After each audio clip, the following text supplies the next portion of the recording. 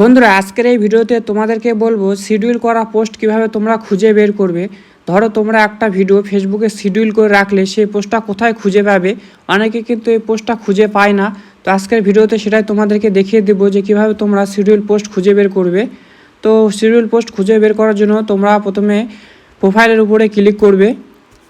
এরপর একটু তোমরা নিচে চলে যাবে, দেখবে স্ক্রল করে এখানে দেখবে ম্যানেজ পোস্ট বলে একটি অপশান রয়েছে।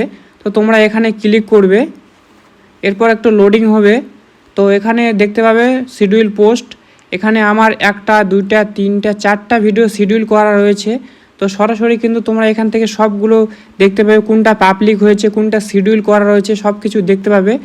আর একটাভাবে দেখা যায় ফেসবুকের শিডিউল পোস্ট, সেটা হচ্ছে তোমরা প্রোফাইলের উপরে ক্লিক করবে। এরপর এখানে প্রফেশনাল ড্যাশবোর্ড রয়েছে, তো এখানে ক্লিক করবে। তারপর কন্টেন্ট অপশান রয়েছে, এখানে ক্লিক করবে। তারপর এখানে সি অলে ক্লিক করবে। তোমরা কিন্তু এখানে শিডিউল পোস্ট দেখতে পাবে, মানে দুইভাবেই দেখা যায়, ঠিক আছে। তো এই ছিল আজকের ভিডিও। তো ভিডিওটা তোমাদেরকে কেমন লাগলো তোমরা একটু কমেন্ট করে জানাও।